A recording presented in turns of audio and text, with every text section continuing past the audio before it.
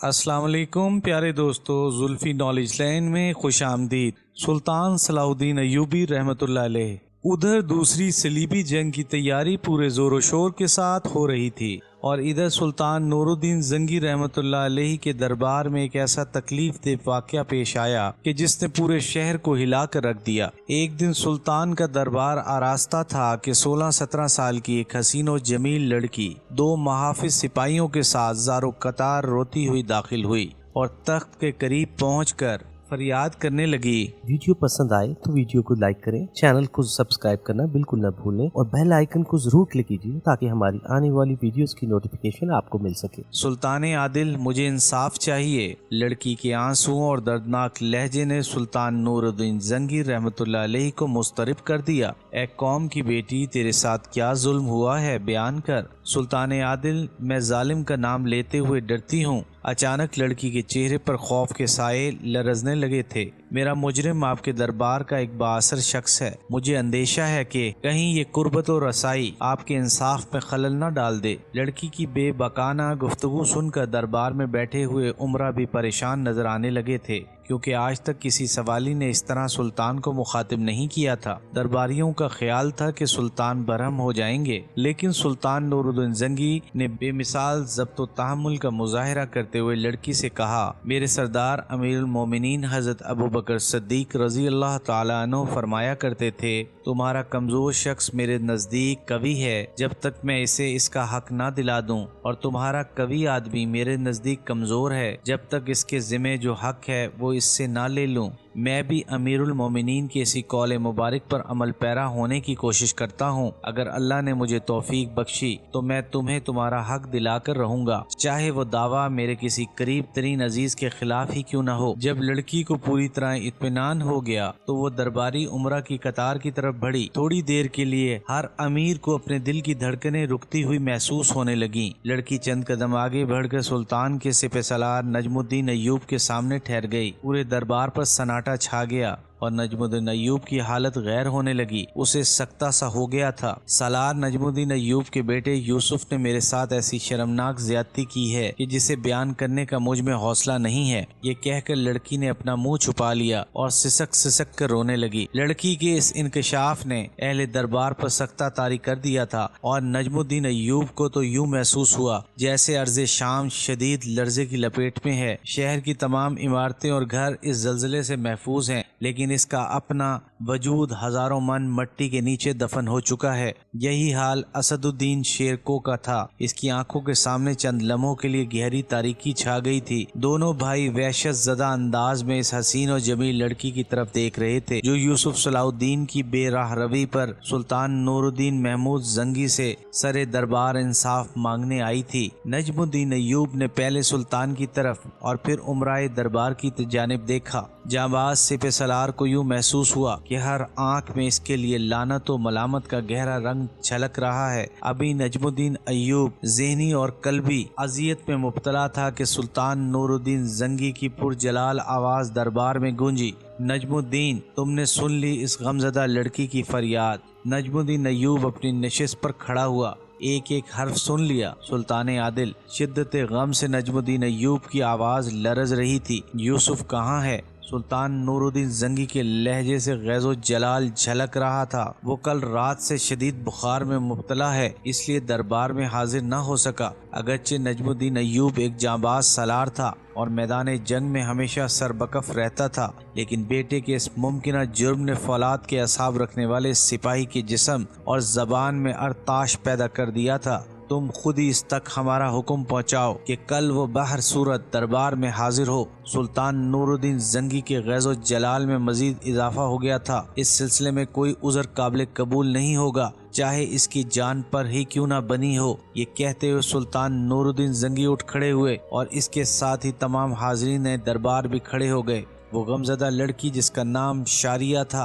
तेज कदमों से सुल्तान नूरुद्दीन जंगी के करीब पहुंची और गरिया जारी करने लगी। सुल्तान आदिल, मैं भरे दरबार में अपनी रुदादे गम बयान नहीं कर सकूंगी। लड़की, हमें भी इस बात से शर्म आती है कि दुख्तरे कौम ना महरमों के सामने अपनी दास्तान अलम बयान करे। शारिया से खिताब करते वक्त सुल्तान नूरुद्दीन जंगी के लहजे से उदासी छलकने लगी थी। हम तुम्हें खिलवत फराम करेंगे कि तुम अपने दिल की बात कह सको और अदालत के तकाजे पूरे हो सकें। इसके साथ ही दरबार बर्खास्त हो गया। वो रात नजमुद्दीन अय्यूब के घराने पर बहुत भारी थी। जुबैदा का रोते रोते बुरा हाल हो गया था। नजमुद्दीन अय्यूब और असदुद्दीन शेर को बुखार में मुब्तला यूसुफ पर बरस रहे थे। हमने अपनी इज्जत व आबरू और जाओ हशमत की जिस इमारत को बरसों की अनथक मेहनत के बाद तामीर किया था, तूने इसे एक लम्हे में ढा दिया। बुखार की शिद्दत से यूसुफ सलाहुद्दीन का चेहरा तप रहा था, फिर भी इसने कुव्वत इरादी को बरूए कार लाकर संभलने की कोशिश की और अदब की इसी रवायती लहजे में बाप को मुखातिब करते हुए कहा, बाबा मोहतरम, मैं बेकसूर हूँ। मैंने हर कदम पर इस बात का ख्याल रखा है कि मेरी किसी लर्जिश से बाप दादा की इज्जत और तौकीर में कोई कमी ना आने पाए। फिर इस लड़की ने अपनी शर्म हया को बलाए ताक रखकर तुझ पर यह इल्जाम तराशी क्यों की? नजमुद्दीन अय्यूब के लहजे से शदीद गुस्सा छलक रहा था। मैं नहीं जानता कि इस औरत को मुझसे ये शिकायत क्यों पैदा हुई। यूसुफ सलाहुद्दीन ने निहायत मासूमाना लहजे में कहा, अगर तुझ पर यह जुर्म साबित हो गया तो फिर हमारे ओहदो मनसब का क्या होगा? हमें भी जिल्लत और नदामत के साथ माजूल किया जा सकता है। असदुद्दीन शेरको का लहजा सख्त गजबनाक था। अगरचे वो अपने इस भतीजे से बेपनाह मोहब्बत करता था, लेकिन इस संगीन सूरत हाल में वो भी हरासा नजर आ रहा था। यूसुफ सलाहुद्दीन ने अपनी फितरत के मुताबिक इंतहाई ज़ब्त व तहम्मुल का मुजाहिरा करते हुए कहा, मोहतरम, एक शख्स के गुनाह का बोझ दूसरे के कांधे पर हरगिज नहीं होगा। यूसुफ ने कुरान करीम की एक आयत मुक़द्दसा का हवाला पेश किया, अगर मेरा गुनाह है तो इसका बोझ भी मैं खुद ही उठाऊंगा। नजमुद्दीन और असदुद्दीन शेर को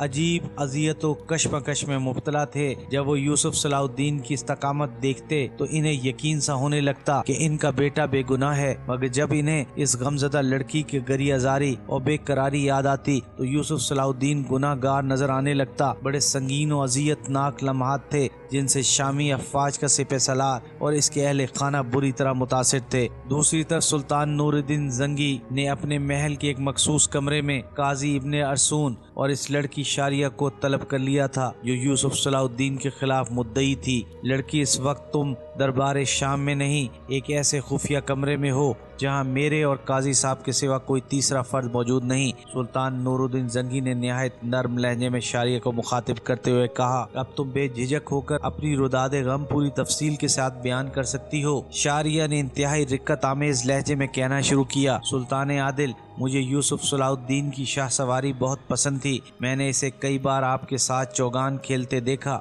फिर रफ्ता रफ्ता मेरी पसंदीदगी बढ़ती चली गई। ये कहते कहते शारिया के चेहरे पर शर्म हया का हल्का सा रंग उभर आया और इसने सर झुका लिया। आखिर में एक दिन यूसुफ की मोहब्बत में गिरफ्तार हो गई और इसके सामने अपनी मोहब्बत का इजहार भी कर दिया। यूसुफ ने भी भरपूर अंदाज में मेरी मोहब्बत की पजीराई की। मुझे यकीन था कि वो एक लायक शहसवार की तरह काबिल एतबार नौजवान भी होगा। ये कहकर शारिया ने सर उठाया और सुल्तान नूरुद्दीन जंगी की तरफ हाथ के इशारे से कहा, और इस एतबार की वजह आप थे सुल्तान आदिल। हम वाली शाम ने चौंक कर कहा, किस तरह? इस बात की वजाहत करो लड़की। इसलिए कि यूसुफ सलाहुद्दीन आपका मसाहिब खास है। शारिया की आंखों से आंसू जारी थे, मगर इसके लहजे से बहुत ज्यादा एतमाद झलक रहा था। शारिया ने एक एक लफ्ज पर जोर देते हुए कहा, और सुल्तान आदिल, एक बेएतबार शख्स को अपना मसाहिब खास नहीं बना सकते। शारिया के लहजे में इस कदर बेसाख्तगी थी कि सुल्तान नूरुद्दीन जंगी भी इसकी बात से मुतासिर हुए बगैर न रह सके। लड़की, इस हुस्न जन के लिए हम तेरे शुक्रगुजार हैं। काजी इब्ने अरसून बार बार अपनी कुर्सी पर पहलू बदल रहे थे।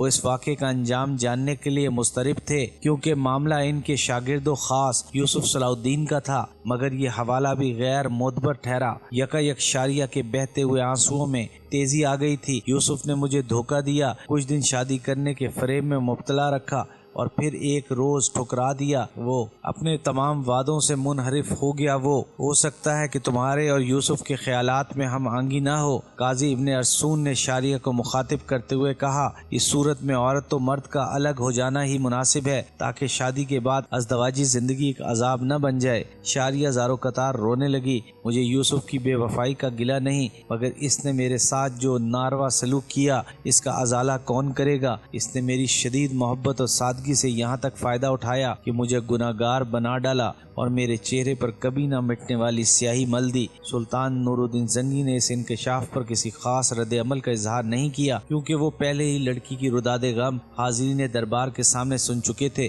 مگر قاضی ابن ارسطون کے لیے یہ بات ناقابل یقین تھی، اس لیے وہ جوش اضطراب میں اٹھ کھڑے ہو گئے اور شاریہ کو مخاطب کر کے کہنے لگے، یوسف ایسا نہیں کر سکتا، میں اسے خوب جانتا ہوں، وہ ایک صاحب کردار نوجوان ہے، انتہائی پاک باز اور سنجیدہ، میں اس سے کسی ایسے شرمناک فعل کی توقع نہیں رکھتا۔ قاضی ابن ارسطون کا بیان سن کر سلطان نور الدین زنگی نے مداخلت کی، قاضی صاحب، آپ کا طرز عمل انصاف کے تقاضوں کی نفی کر رہا ہے، آپ اس وقت اپنے جذبات کی گرفت میں ہیں، اس لیے کہ یوسف صلاح الدین آپ کا شاگرد ہے۔ سلطان عادل، میں اپنے اس اضطراری عمل پر نادم ہوں، بے شک میں یوسف کے معاملے میں بہت زیادہ جذباتی ہو گیا تھا۔ یہ کہہ کر قاضی ابن ارسطون دوبارہ اپنی نشست پر بیٹھ گئے، پھر شاریہ سے مخاطب ہو کر بولے، لڑکی، کیا تمہارے والدین اس المناک واقعے سے باخبر ہیں؟ بدقسمتی سے میرے ماں باپ اس دنیا میں موجود نہیں ہیں۔ شاریہ نے انتہائی رقت آمیز لہجے میں کہا، میرا کوئی والی وارث نہیں، بہت دور کے ایک عزیز کے پاس رہتی ہوں، کیا تم اس سلسلے میں کوئی گواہ پیش کر سکتی ہو؟ قاضی ابن ارسطون نے شاریہ سے سوال کیا، غریبوں کا کون گواہ ہوتا ہے؟ شاریہ نے روتے ہوئے کہا، بس اللہ ہی میری محبت کا گواہ ہے، اطمینان رکھو لڑکی، تمہارے ساتھ پورا انصاف ہوگا۔ اس واقعے کی مکمل تفصیلات سننے کے بعد سلطان نور الدین زنگی نے انتہائی پرجلال لہجے میں کہا، عدالت کے فیصلے میں کوئی رشتہ دار اور کوئی منصب خلل انداز نہیں ہو سکتا، چاہے مجرم نور الدین زنگی کا مصاحب خاص ہو یا قاضی ابن ارسطون کا شاگرد خاص ہو۔ سلطان عادل، مجھے امان دی جائے۔ یکا یک شاریہ کے چہرے پر گہرے خوف کے سائل لرزنے لگے، میں ایک بے سہارا لڑکی ہوں اور وہ بہت طاقتور لوگ ہیں، مجھے اپنی جان کا خطرہ ہے۔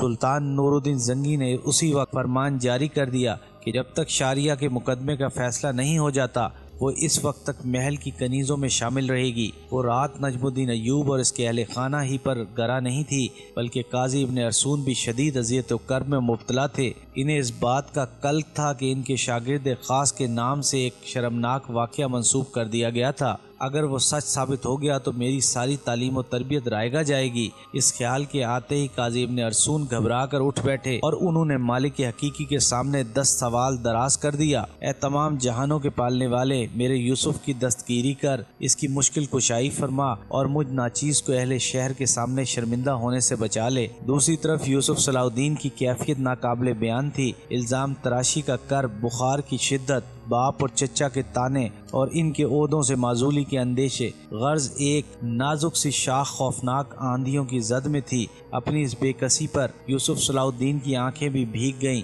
اور وہ اپنے مالک حقیقی کو پکارتا رہا، یہاں تک کہ فجر کی اذان سنائی دینے لگی۔ سارے عالم میں اللہ کی کبریائی بیان ہو رہی تھی۔ یوسف صلاح الدین اسی بخار کی حالت میں اٹھا اور وضو کر کے نماز کے لیے کھڑا ہو گیا۔ سورج طلوع ہوا۔ وہ دن اہل شام کے لیے بڑا ہی عجیب دن تھا۔ ایک طرف ایک بے سہارا لڑکی تھی اور دوسری طرف سلطان نور الدین زنگی کا مصاحب خاص۔ لوگ عدالت عالیہ کا فیصلہ سننے کے لیے مضطرب تھے۔ سلطان کا دربار عمرہ اور دیگر سرکاری ملازمین سے بھرا ہوا تھا۔ نجم الدین ایوب اور اسد الدین شیر کو اپنی نشستوں پر موجود تھے، مگر ان کے چہرے آنے والی رسوائی کے خوف سے دھواں ہو رہے تھے۔